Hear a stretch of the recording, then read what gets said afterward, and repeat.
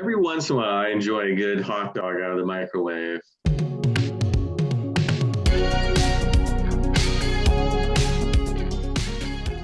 What's up, everybody? Welcome back to Taste Like Music. Jason, Joe, and Kramzer here. This week, we are talking about PJ Harvey. This is the second month of our Patreon since we launched, and every month we are giving 1 week to the patrons to decide who we cover. If you're new to the channel, we cover a different artist every single week. We rank all of their albums on Tuesday. We'd give top 10 songs on Wednesday and have a third discussion video on Thursdays. So last month, the patrons chose Tom Waits. This month, PJ Harvey. Sometimes we love the artists we cover, sometimes we don't.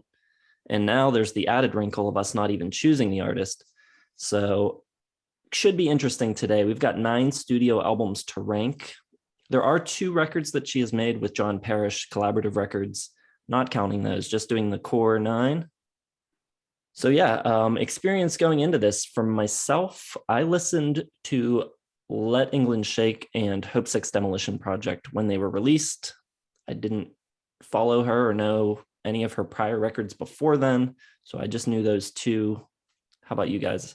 Zero, pretty much. I mean, I'm sure I've heard her stuff, but at no point did I ever sit down and listen to a PJ Harvey album. And I don't know, maybe good reason for that. We'll see. Not quite my usual fare, very abrasive kind of stuff. So interesting to say the least. I kind of see why I stayed away from her, but we'll get into that. For me, just all of them, any of them that were put in front of me over the years, just all of them, you know. But no, literally all of them I've heard, but the 16 release Demolition Project just once when it came out. But, you know, I am thrilled that our Patreon supporters nominate PJ Harvey, as I am the PJ Harvey guy of the channel. She's been nominated 3 or 4 times from me before, and even come close a few times from getting into a top 5 for albums of the year. It's pretty much a slam dunk top 100 artist for me, so I appreciate the Patreons. Thank you. Thanks, everybody. All right, so before we get into the ranking, be sure to hit the like button, subscribe to the channel, hit the bell for notifications, all that stuff. And yeah, let's do it. Who's kicking us off today? I think Kram should go last since he's guaranteed to kind of end us on a high note. I'll start. I'm the newbie here with PJ. At the bottom for me, I got Her, which 2004 came after Stories from the City, Stories from the Sea.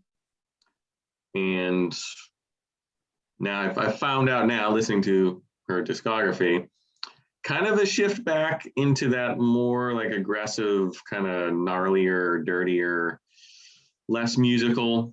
I didn't love it coming after Stories of the City, which got into the more sort of melodic, more my flavor kind of stuff. Then she kind of shifts back into her abrasive PJ Harvey mode. That is after the first track. The first track I heard, I was like, all right, we're going down this melody train again. It sounds good. And then, whew, just kidding. Tracks 2 and 3 are just like straight, like slam me against the wall kind of thing. Didn't like it very much at all.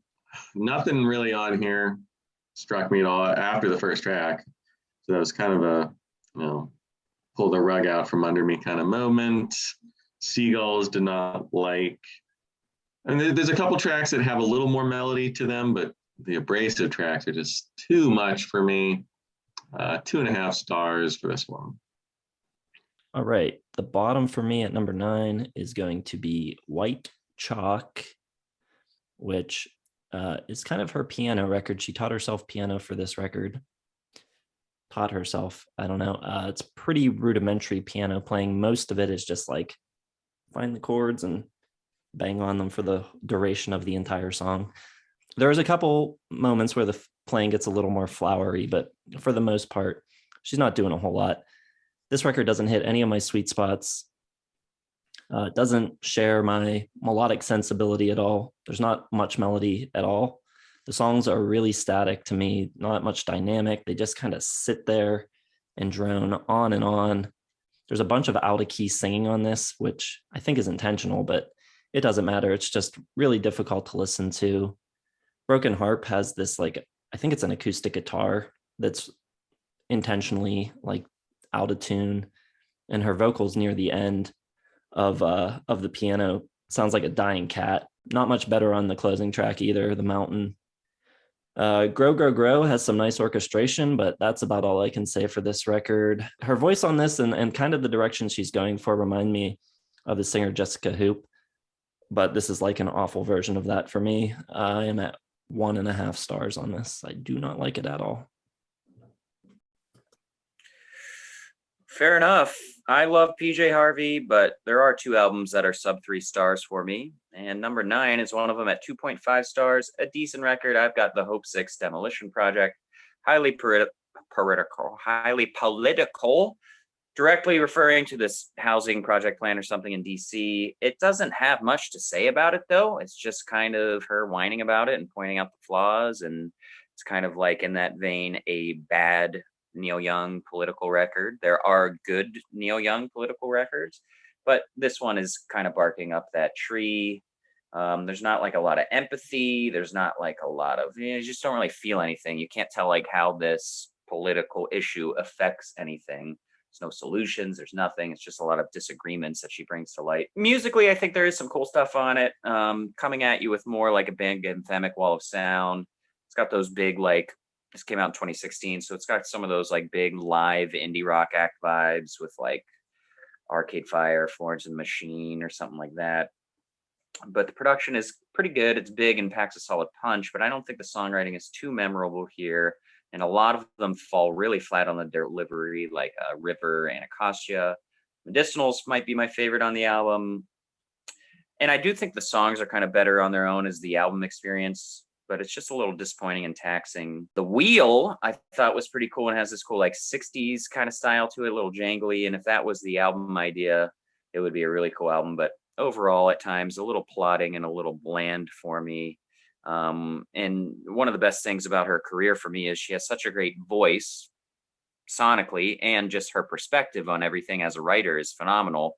And I don't really think that shows up at all on this album. So 2.5 and number 9, Hope 6 Demolition Project. All right, my number 8, still 2.5 star territory. Controversially, I just did not dig this one at all. I got Rid of Me, her follow-up to Dry. And this is like the least favorite type of music for me.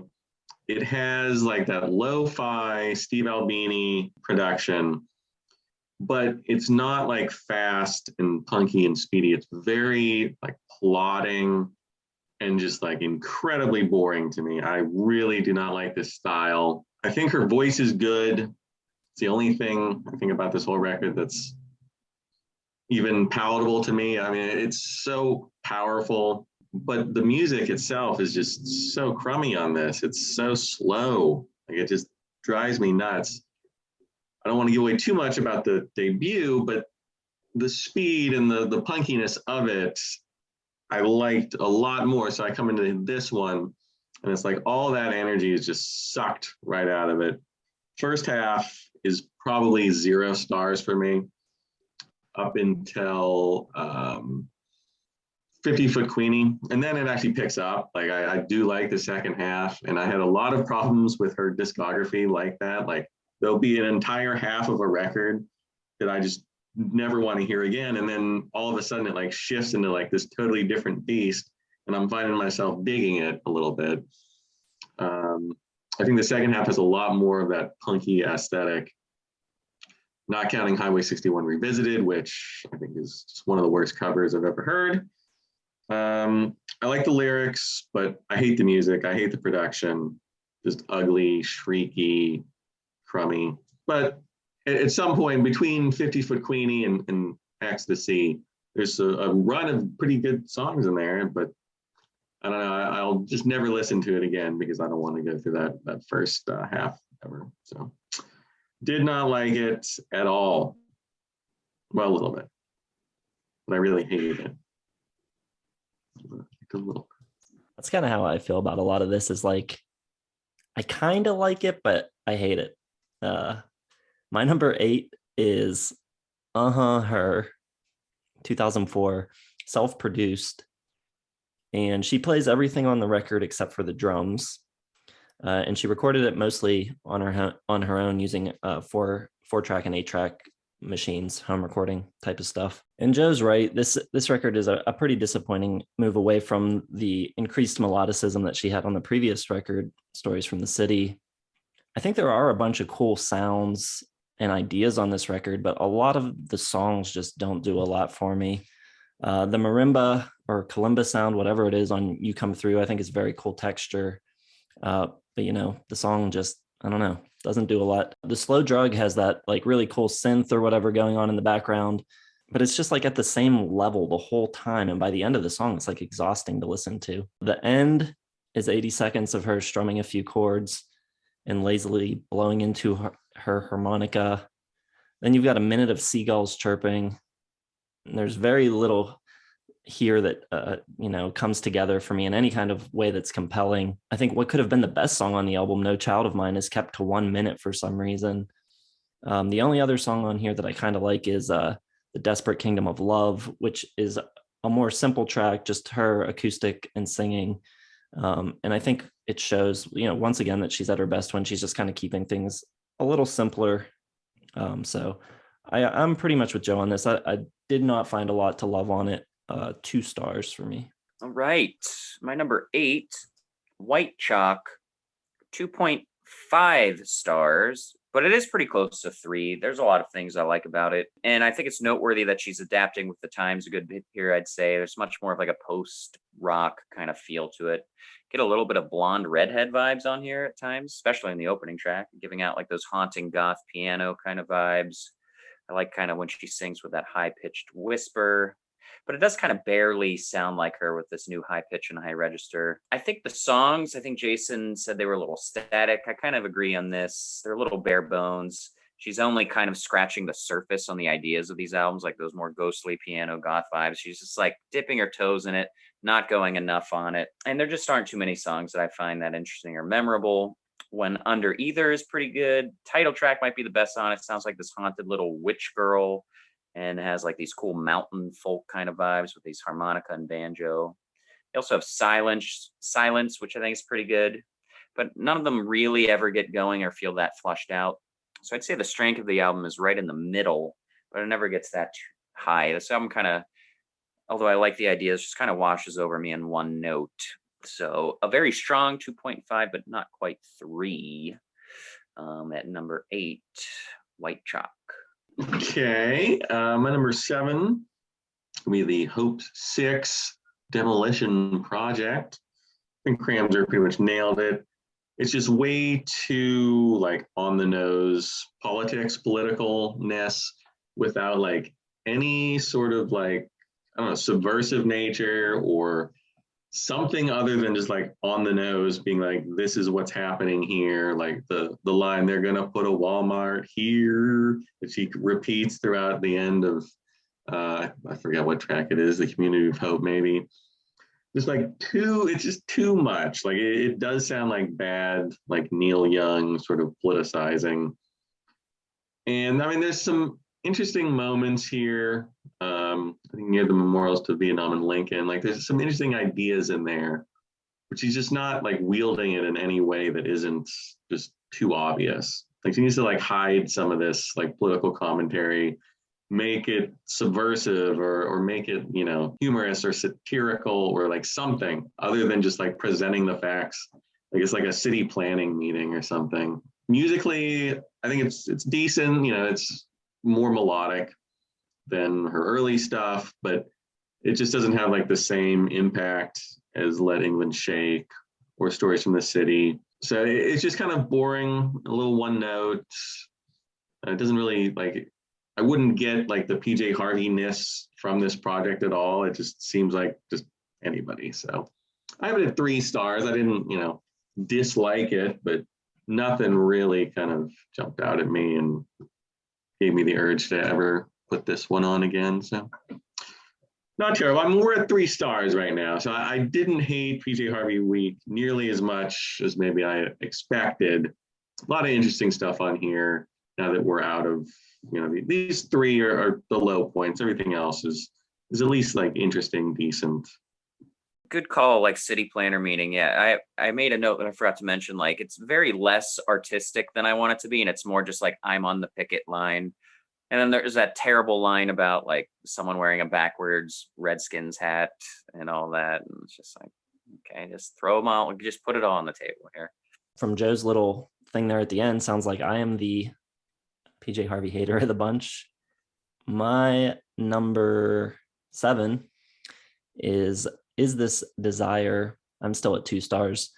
Less guitar centric, more electronic elements on this one, but it's not all electronic. There's some other, guitar and piano type of moments, like on the opener, Angeline, which I like, has a nice strumming electric guitar throughout.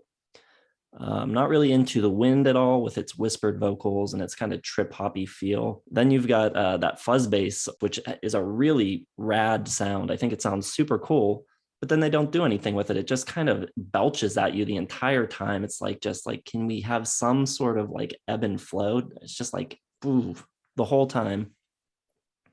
And to me, this record is really overproduced.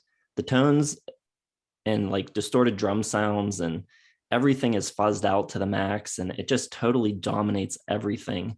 And some of it sounds pretty cool, but the songs I think are totally overwhelmed by everything that's happening sonically.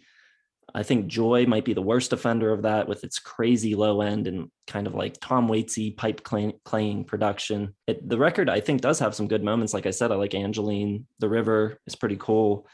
And I think the closing track, the title track, is okay. But on the whole, I didn't enjoy much of this record. 2 stars. Right. My number 7 is Her, but I'm up to 3.5 stars. I think this is a really good record. You get some of that bitter, raw electricity back here at the beginning, especially before it mellows out and touches. You get a little bit more throwback to like those scratchy, jagged, angular alternative guitar rockers. Who the Fuck is really cool. The Pocket Knife is a little more mellow, but bringing back some of that dark and grimy kind of atmosphere. I do think some of the softer stuff on here isn't quite up to snuff and kind of brings down the album a little bit. Like No Child of Mine is a little soft and underdone, as Jason said, and like Slow Drug as well. I think Cat on the Wall is great. Love the way she sings on that. And You Come Through is one of her more experimental pieces, different sounds and arrangements than anything else really in her catalog.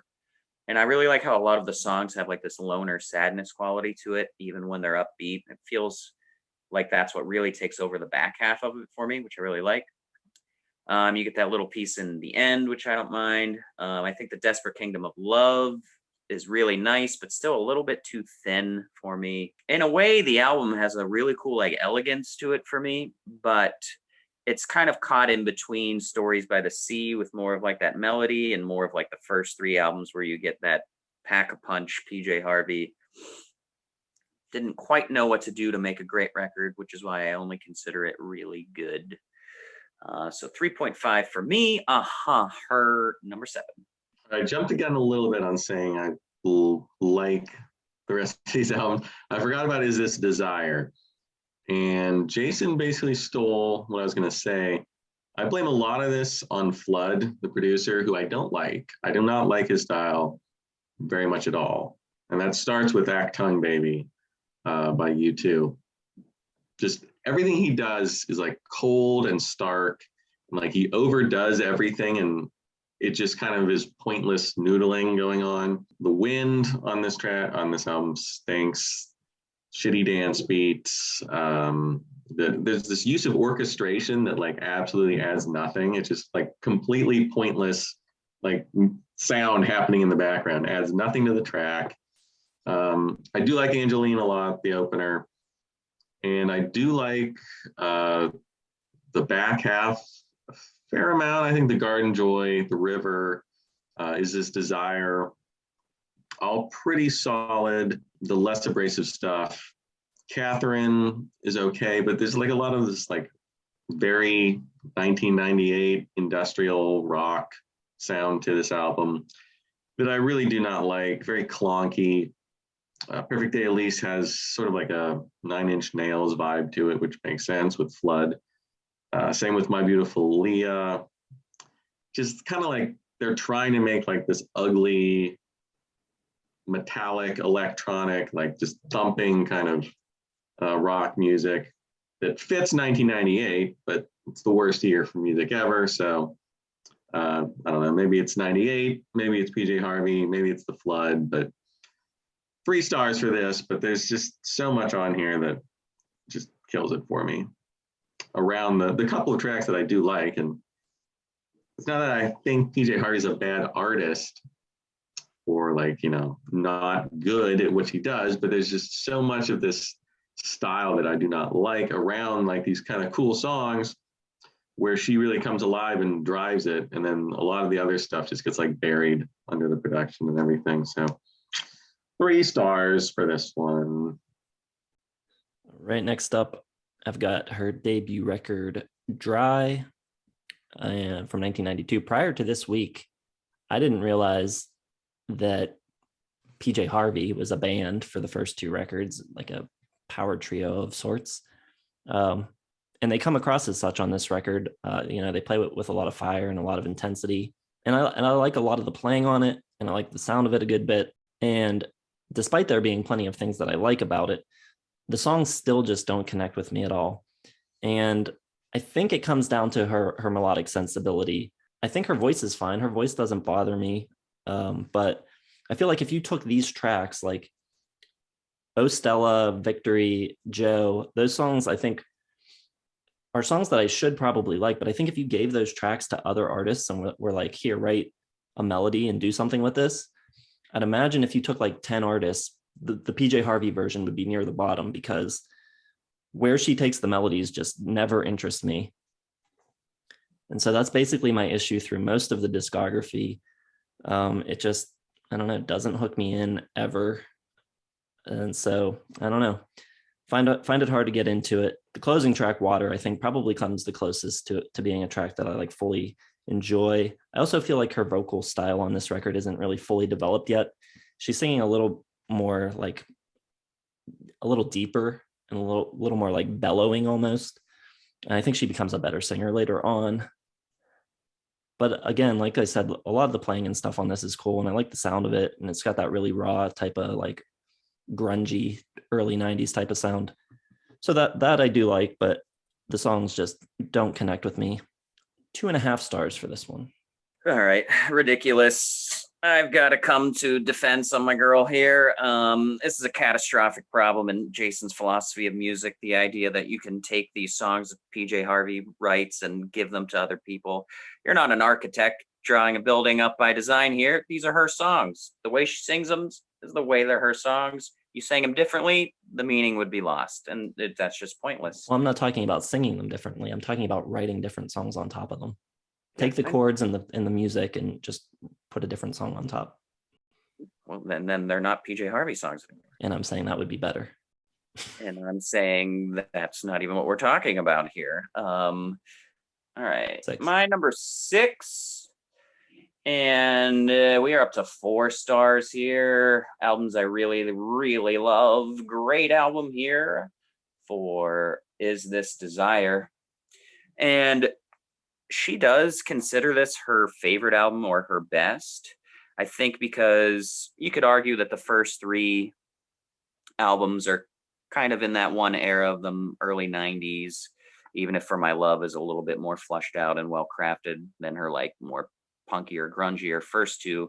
This is where she kind of spreads her wings and gets involved with Flood and has all these ideas about, you know, this new sound and all this. And I do really like the sound on here. I think Flood is a good producer. Obviously, Joe mentioned Octung Baby and other things that I really dig. So that's just a different of style and opinions. I love Angeline, different vibe, really cool groovy beat with cool piano, more Britpop vibes at times on it almost. There's like almost diving into all these different things like industrial, a little bit of like electro pop at times, a little jazziness here and there, a little bit of like trip hop here and there, which I think all these little touches are really cool. and how they kind of maneuver around going deep into all of them is really nice. But I do miss a little bit of her mean spirit here. That's my favorite thing about the early records. It's just like how bitter and venomous she is, and is like, just has this I am woman, hear me roar kind of vibe for the first 3 albums. So cool. But this album does have a really cool freeing feeling on it, even though lyrically it still has some dark edges. And by the way, just throw that out there, I think she's a tremendous lyricist, even though so far we've kind of only picked apart some of her poor lyrics, especially on Hope 6 project. But yeah, you get some more casualness here, which I really think is cool. The Sky Lit Up has some great bass sound on it and thump against like the airiness of the rest of the playing. I think Perfect Day Elise is really cool.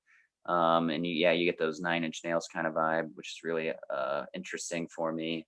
The best thing, like I said, the album has going for it is the variety. She uses all these different styles and influences to suit the song so well. But I do think some of the focus is too much in the studio and the big picture. And I think some of the identity and raw emotion of the songwriting is missing a good bit. And that's kind of what, melodies are not. And I know Jason loves a good melody, but I don't think the songs would be the same if she had to focus on melody. Like, it comes out as like street performance punk poetry with like this hard rockin' band behind it, and it's all about that raw emotion form, which I think is great. I love the piano and beat on the Garden. I think all the production is super cool. Like on Joy, you get those trippy house party vibes.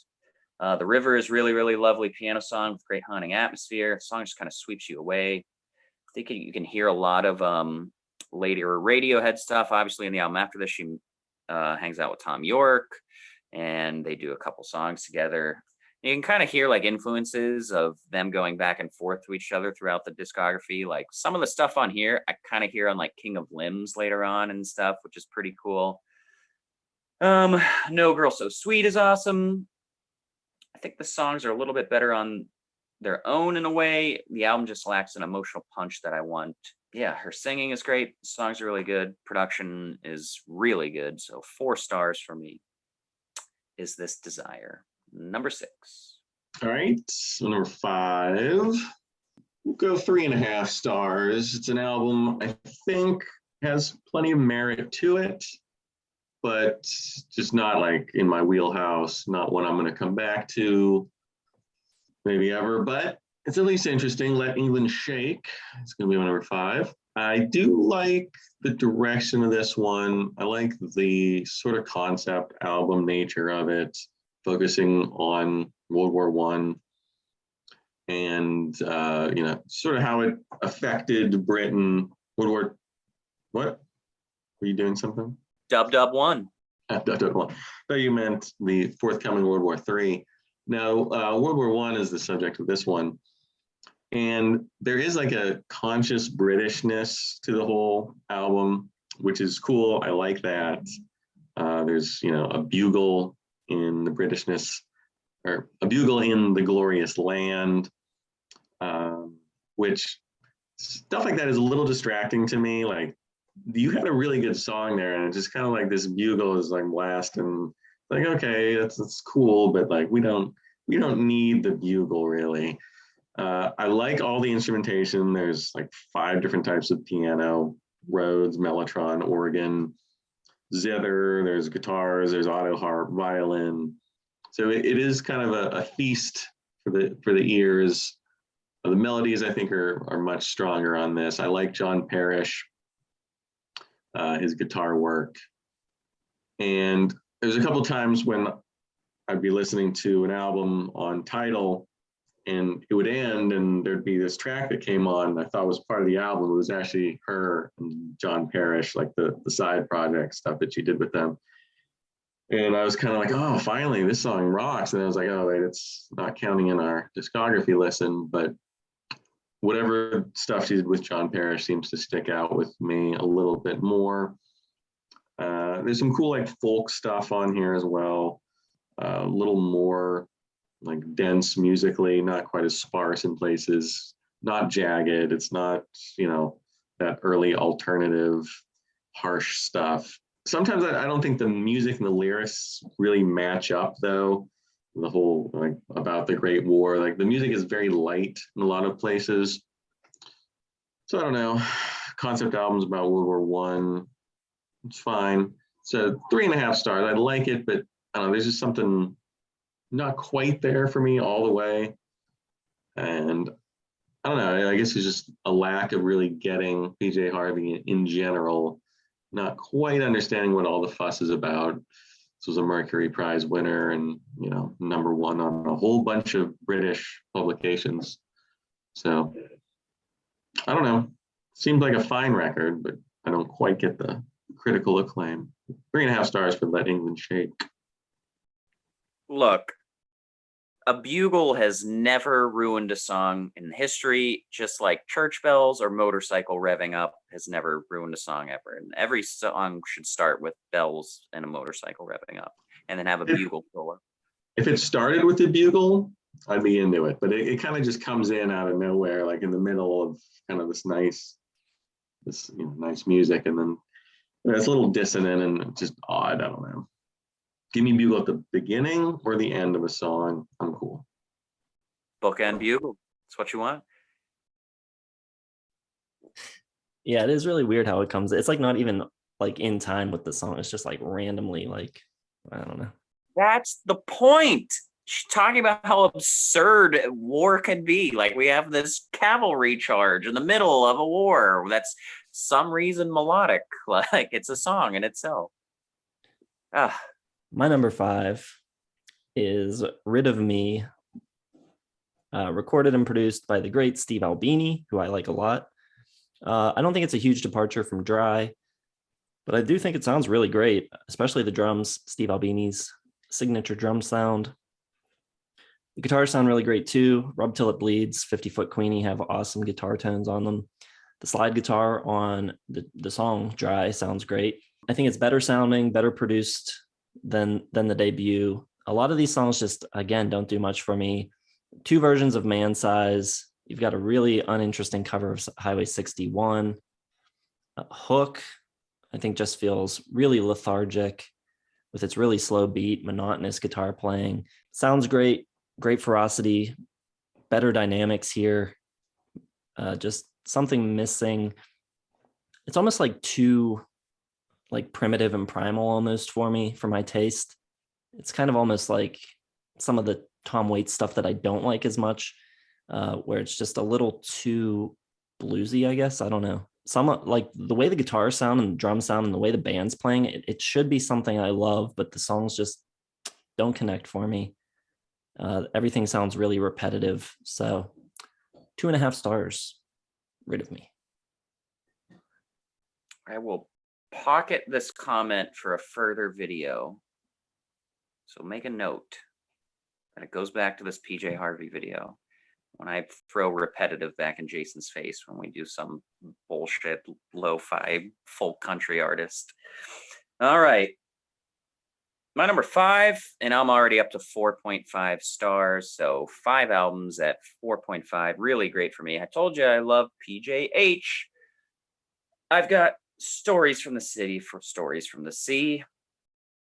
New sound, new mix early on, more effect on her voice, and she's cutting through the music more.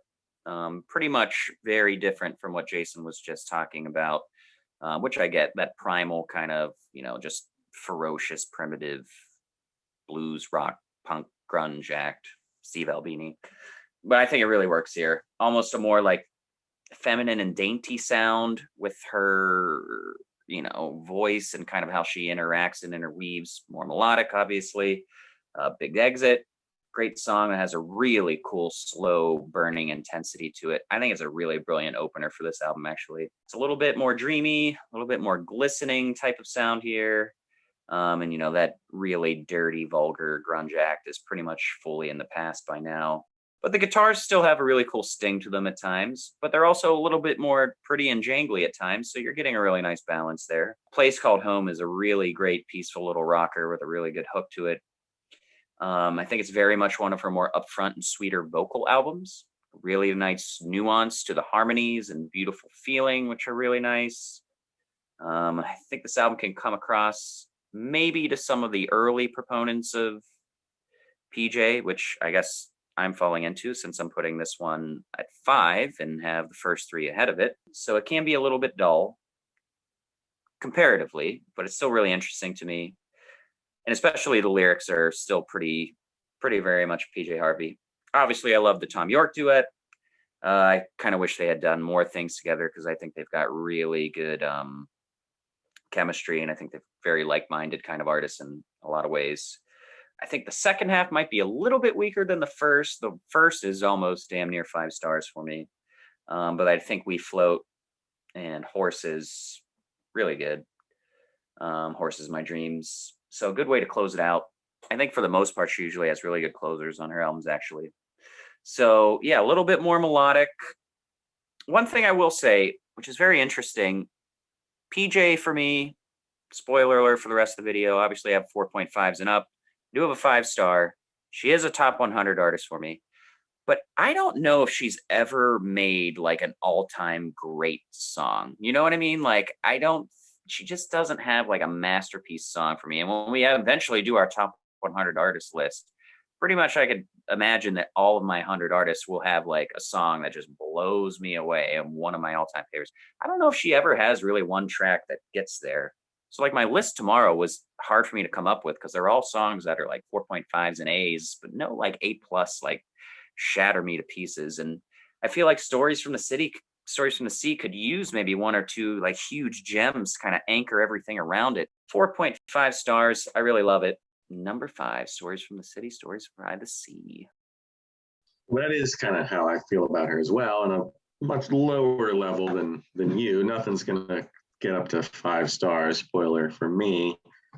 And maybe some of it is like I was waiting for like that one song to just totally blow me away.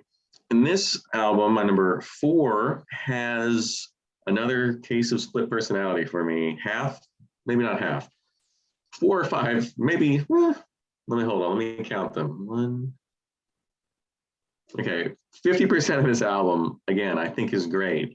The other 50%, I just absolutely never want to hear again. Starting off, To Bring You My Love, you immediately get like this kind of, I gotta stop saying kind of so much. You immediately get this vibe of like old blues kind of, oh God, I did it again.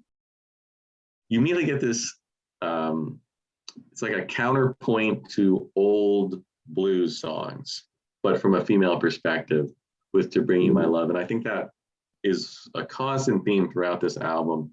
You have those older bluesy dirges just like flipped around for a female perspective, which I think is really cool.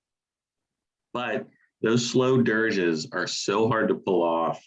Like even Zeppelin and like those old school masters of it barely get away with it sometimes. So it's very hard for someone like PJ Harvey to get a slow plodding blues number to really excite me. But there is some cool stuff on here. Meet the Monster, I think is pretty cool. Love that crackly fuzz bass. It's a little faster. But then you get back to Working for the Man, which is so slow and slow brooding and just like all atmosphere over like songwriting. And I know she was very inspired by Captain Beefheart on this one. So you're going to have that, and that's never going to work for me. But there are some like jolts of just like pure kind of, say it again, pure energy. Long Snake Moan, I think, is fantastic. Really powerful instrumentation. Wish there was a little bit more of that. Down by the Water was like her first breakout hit. Doesn't do anything for me, 0. But I love Send His Love to Me. Cool Baroque keyboard part, really jangly guitar. Love the impassioned vocals. I just want like a whole album of that. Like, give me that. Give me Long Snake Moan, Send His Love to Me, The Dancer, Meet the Monster, To Bring You My Love. I mean, at some point there's, probably a 4.5 star album here. It's just, they're so uneven to me. When she gets brooding and slow, I just do not like it at all. When she gets fast, punky, or when she gets pretty and melodic, I like that, but it's never comes together in a whole album for me. So I have this at 3.5 stars, but a bunch of these will probably be on my top 10 songs list. So very uneven, but the highs are very high. All right, that is also my number 4. cue the Captain Beefheart requests. I'm sure they're going to start pouring in now. I shouldn't have even said it, Joe. So this was the first proper studio album after the breakup of the trio. So kind of in a way her first solo record. A little bit more going on in the arrangements here than your like straight up rock band of the first two records. More strings, you've got like marimba and organ and other stuff going on. I think it also has a much bigger and fuller sound, but it doesn't give you that like band in a room type of feel anymore. It's bigger sounding and fuller, but it's less intense, I think. I love the fuzzy tones and the textures on Meet the Monstra. The low bass on Working for the Man contrasted really well with the like tiny muffled vocal sound that they have on that song, which is really cool. My favorite thing about the first two records was the power of the band. Yet I think somehow losing that and moving into this direction seems to suit her style of songwriting a little better.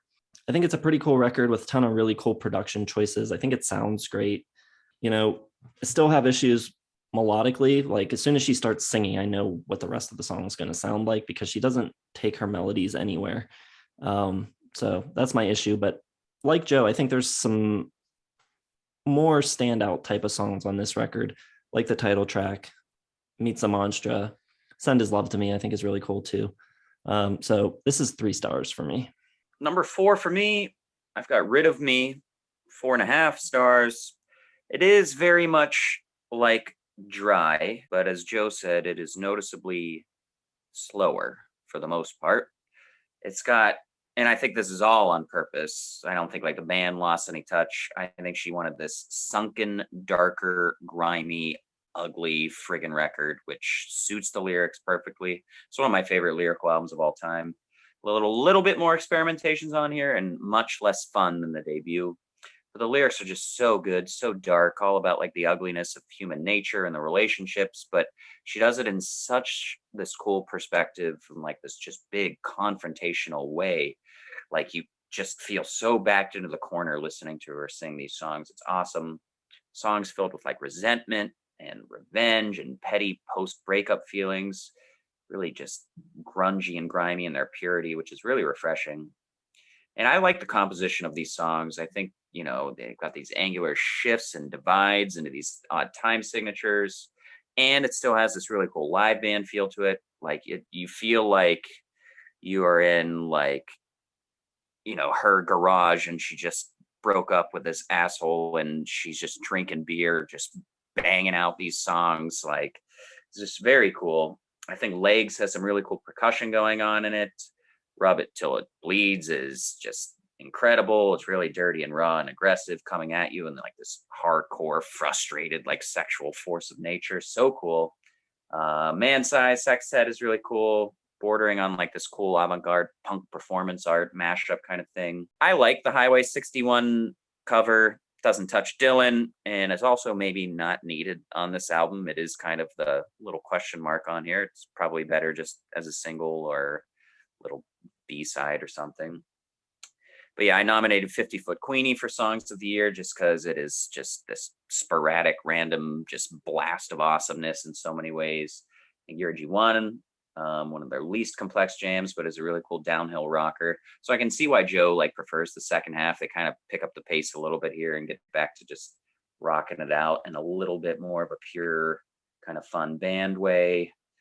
Me Jane is awesome, has this wild nature to it, kind of plays back off the riff from 50 Foot Queenie. She says apparently this is not a feminist album, and maybe it isn't by design, but it is definitely one like women that love rock can get behind because it's got those I Am Woman, Hear Me Roar vibes on it. It is awesome. I love Ecstasy, great closing number. Yeah, I think the statement on this album is just awesome, and I love it as just artistic expression. But obviously I have the debut higher than it just because I think for some reason the songs stick out a little bit more to me. But this one is still awesome. You can pretty much flip them with this and Dry at times, but for now I've got it at number 4, Rid of Me, 4.5 stars. Hey Dookie, top 3. My number 3 is going to be White Chalk, 2007. Got it 3.5 stars. I like the gothicness, very Victorian sounding. It is interesting. She taught herself piano for this, and in a lot of ways, like I kept thinking like, this sounds like Tori Amos when she was like 5 years old, probably, like that kind of piano level. But respectable effort. And I think the higher vocals are a nice change, not abrasive at all. And I give her points for trying something new. The out of key singing on Broken Heart is weird, but for some reason I don't hate it here. Like it actually kind of works in like this like old fashioned, old timey kind of way. To Talk to You is cool. There's like complex indie pop in the piano and the mountain. Kind of reminds me of Radiohead a little bit. Just grow, grow, grow has these rippling arpeggios going on in the background that I really like. And like she's doing this like ear-shattering vocal work that I think works really well. Silence is nice and folky, atmospheric. I think it's beautiful, which isn't a word you use a lot when describing PJ Harvey's music. To Talk to You has a nice ethereal Radiohead-like quality to it.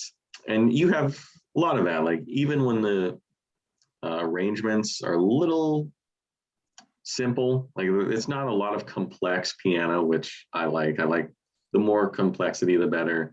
But I think they're interesting, and it's a unique sounding record, which I like. Not something I would expect from her, not something you really expect at all in 2007. So I like it. I thought it was pretty cool.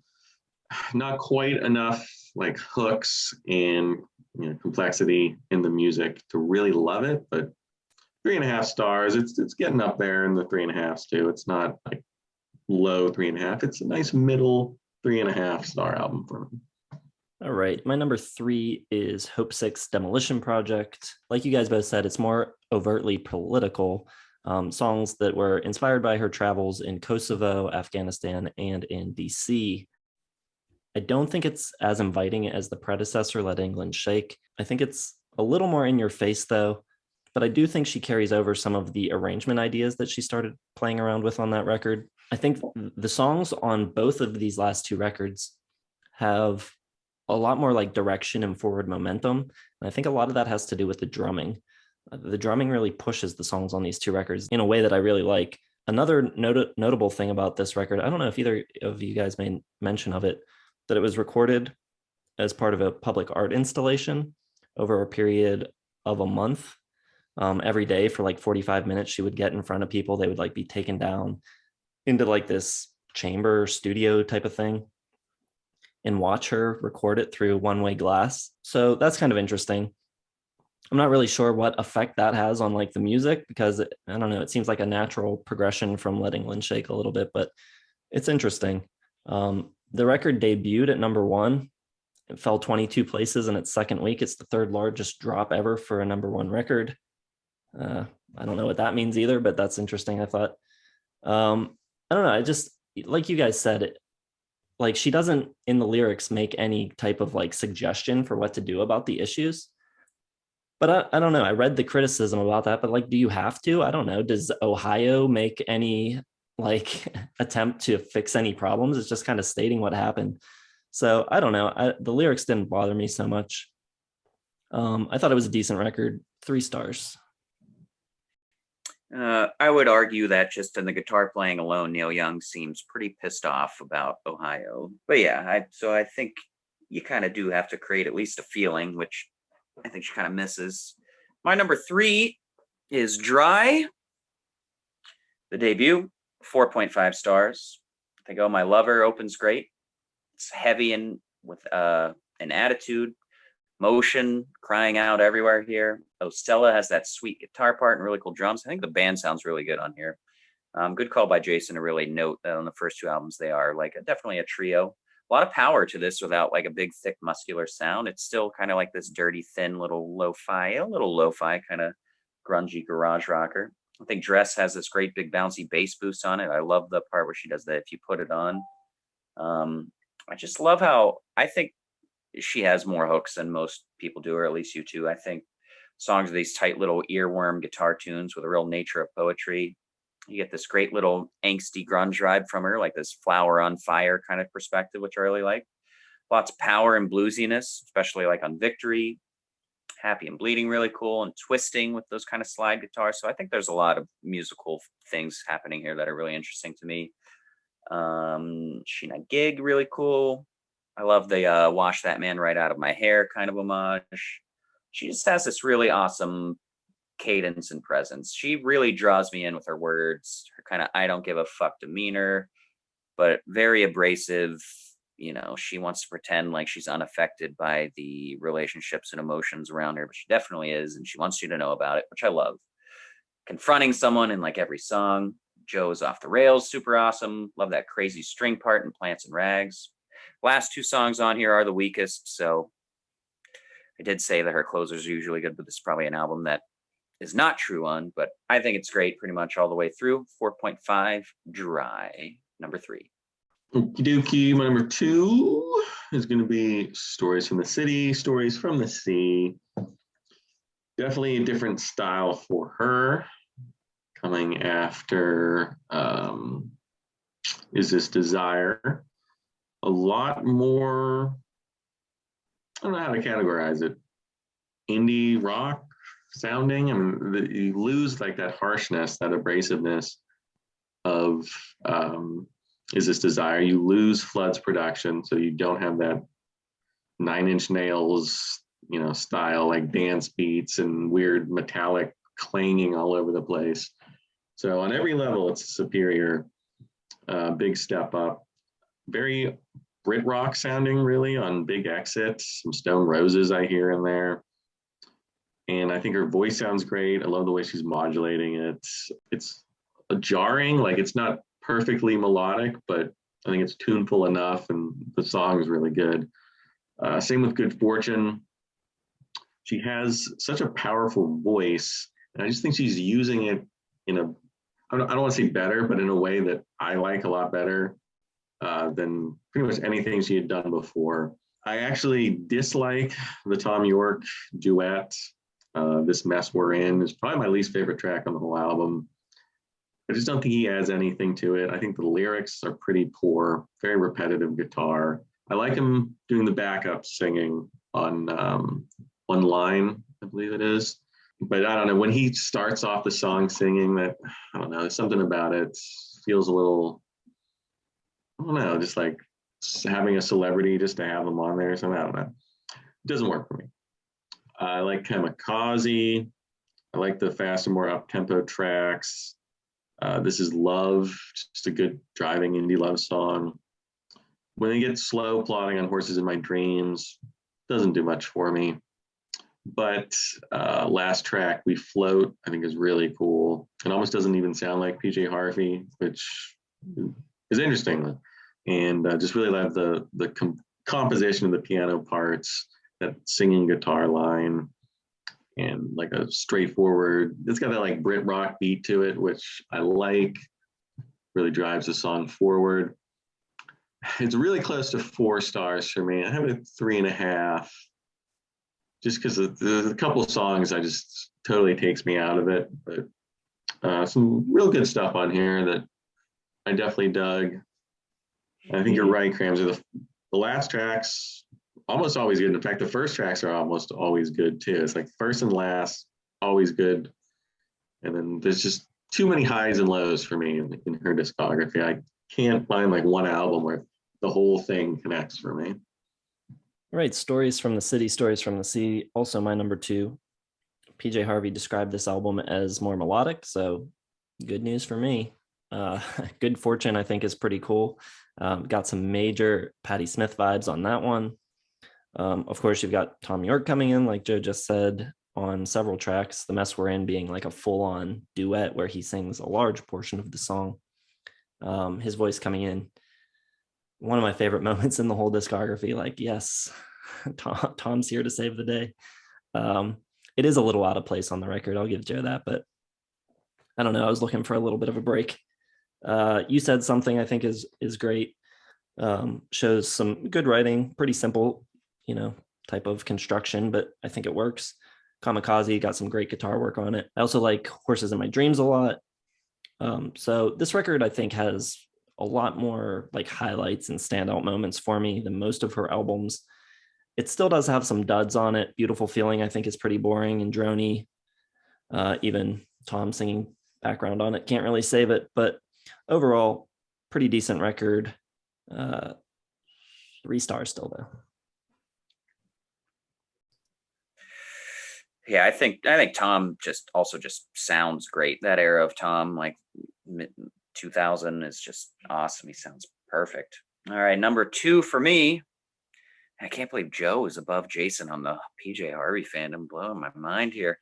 4.5 for me for Let England Shake. Really like the sound of this album. I think it's one of her odder, more artistic sounding albums, full of imagination and creativity. Production's great. It's got a really light, divine kind of sound, which I actually think serves the point of her commentary on the album really well. It's quite sublime and yet peculiar at the same time, which I think is really interesting. I love how her voice is layered and mixed, especially on the title track opener. There's a real symphonic quality to this album for me without like having these direct symphony orchestration kind of arrangements. Last Living Rose is awesome. A lot of passion and anger I feel bottled up on this, but she kind of just lets it come out real heavenly. Comes out really elegantly and like this elegant lens, much unlike her early work. So you can see that evolution, which is really cool. And the album's kind of like a history of violence of England in terms that like everything is kind of on top of this bedrock of destruction. And yeah, I think the complete opposite of the bugle cavalry charge kind of thing in Glorious Land. I think that's exactly the point she's going for. Like, oh, you know this thing that everyone knows the melody to, you know, bum, bum, bum, bum, bum, bum, bum, bum, bum. It's like, oh yeah, I know. What is that? It's like, that's what then when they used to call in, you know, people to come kill people. Yeah. And now it's a ditty stuck in our head that's used in commercials and stuff. Really well-crafted songs with tight little nuanced musicianship everywhere. This, unlike most of her albums, I think comes from her mind, when pretty much all of her other albums, especially at the beginning, come right from her gut. And I think it makes it really unique. Words That Make It Murder, I think, is awesome. Really cool beat, really cool arrangement. A lot of different musical influences just on this song and the album. It's got a playful bounce to it. She sings really great on All and Everyone, as well as on Battleship Hill. And I like how Joe was saying, like, these aren't quite like folk songs, but they sound like these like ancient hymns or something. Like they're like modern, but have like this kind of archaic quality at the same time. And that's really cool. It's really relevant. In Dark Places is awesome and powerful.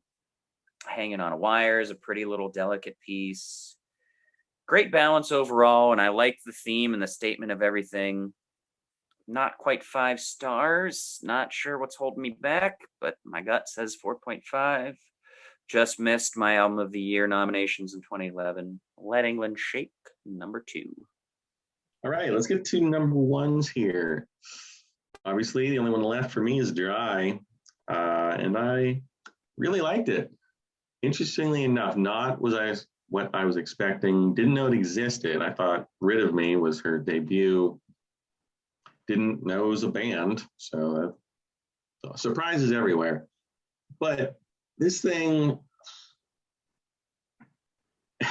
if you took the first 7 tracks of this album, I almost had it at 5 stars because I think it just starts off unbelievably. This is my kind of music.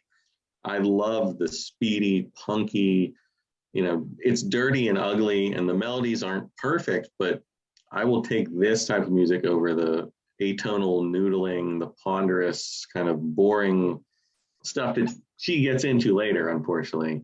For me, this is just all energy. Love the lyrics, love the quick tempos.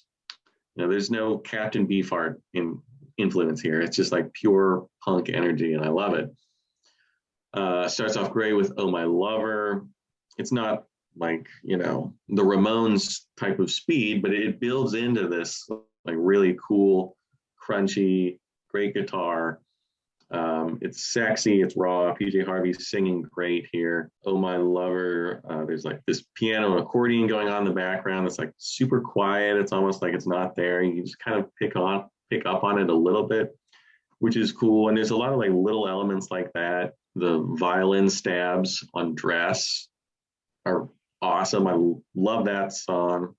Probably my favorite on the album.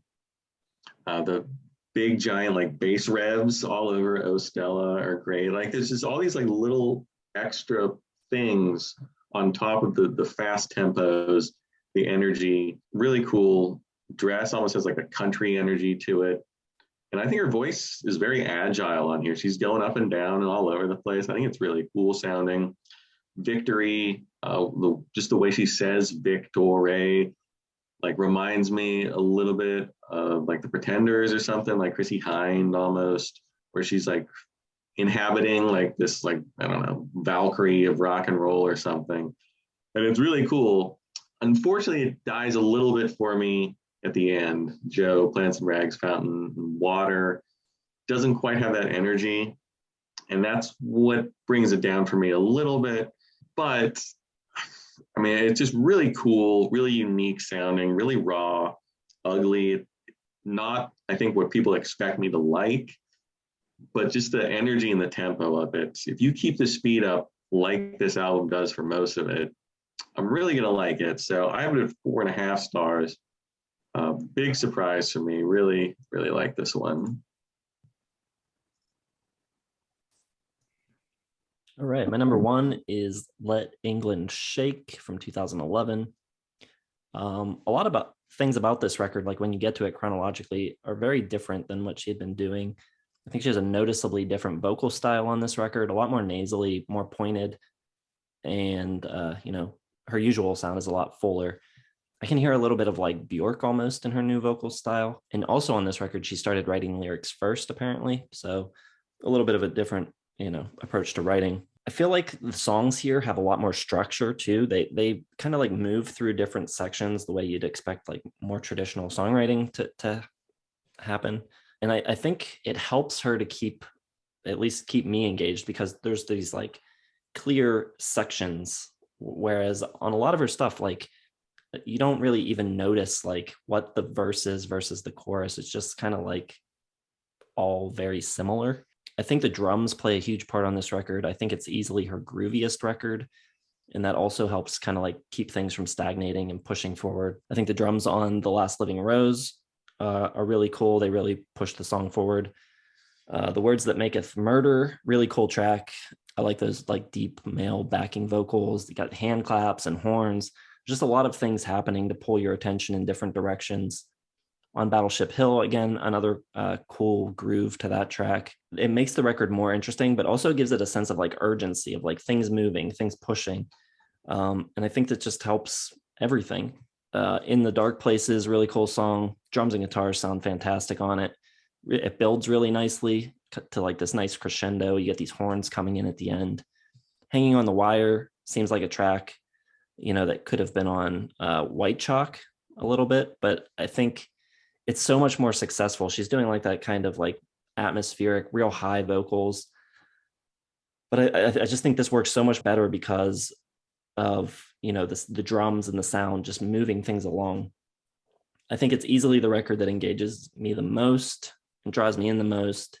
And I had it at 3.5 stars, but because it's clearly the one I like the most, but I'm actually staying at 3 stars because when I really thought about it comparatively to like the rest of her records, I like it the most. But will I ever come back to it? Will I really ever revisit this? I don't think so. Like, I'm not excited about any of her records. So comparatively, it's easily her best, but I got to stick at 3, which is just decent. All right. So you are officially not a PJ Harvey fan. Well, thanks for doing this. Thanks for playing. Always appreciate it. And this is why we do this. My number one is To Bring You My Love. 5 stars from 1995. So very interesting thing that happened here. The albums I nominated for Albums of the Year were Stories by the Sea, Dry, and Rid of Me, which were my number 5, 4, and 3. So unfortunately for PJ, her top 2 albums from me did not get nominated in their Albums of the Year. And that's just 95 and 2011, tight years.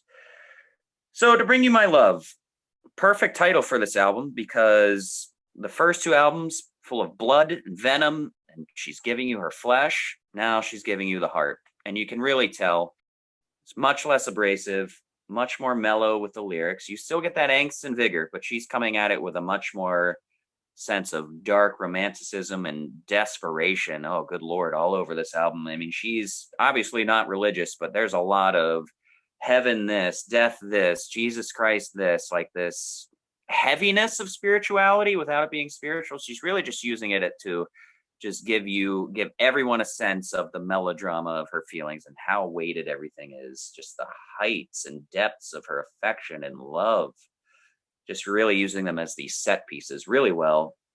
Meet Zamansa, really cool shuffling, heavy thumping drums and great bass sound.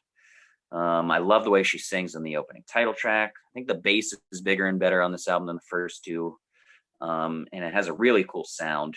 Working for the Man, crazy cool vibe with that bass. And Jason was right, the way it all kind of morphs in with those little like whisper spoken word things, like that moody irritability she's giving off. Very cool. I think the songs are memorable and catchy. Come On Billy is awesome. It's quite an earworm. Love the acoustic guitar on here, which didn't really show up at all in the first two albums. Long Snake Moan, Down by the Water are great. I think the production actually on Down by the Water is remarkable, and I love that fuzzy bass tone. You also get that cool little weird mother-daughter patch with that song and I Think I'm a Mother right next to one another. Send His Love to Me is really cool, beautiful, really. Dancer is a great way to close. All the songs here, I think, are just some of her most memorable. I think they're also the most touching, most fragile, and most well-crafted. It's an easy 5 stars for me. Top 10 for 1995, which was a loaded year. I looked at 95, went back, and I was like, is there anything I would probably put this over? I don't think so, but I think it's her best album. Probably by far, because to me, it is like her most encompassing album. I think you can draw a little bit of all of her other albums to this album. So it's kind of the central point. If you made like a web diagram of her best work, I think it's right here, and everything else can kind of branch off or come back to. But yeah, that does it for PJ Harvey week. Impressed by Joe, disappointed by Jason, but that'll change. I love you both dearly. Yeah, so it turned out that PJ Harvey wasn't really my cup of tea, but I can assure everyone out there, the worst is yet to come. There are some weeks ahead that are not great for me. The veil is off for Jason. It's going to be really great these next couple of weeks. People taking shots at him in the comments and the Discord. So I'm looking forward to it, I got to say. So be sure to let us know what you think of PJ Harvey. Drop your own rankings down in the comments. Let us know what you think of our rankings. Be sure to hit the like button, subscribe to the channel if you've not done so, hit the bell, Facebook, Twitter, Instagram, website, merch, and Patreon if you're interested in supporting the channel. You'd also get a chance, depending on your tier, to vote or recommend artists for the poll. We're doing one a month, like I said at the beginning of the video. So you get a lot of kind of sway here on the channel if you head over to the Patreon. And aside from that, thanks for watching. Check back tomorrow, top 10 songs.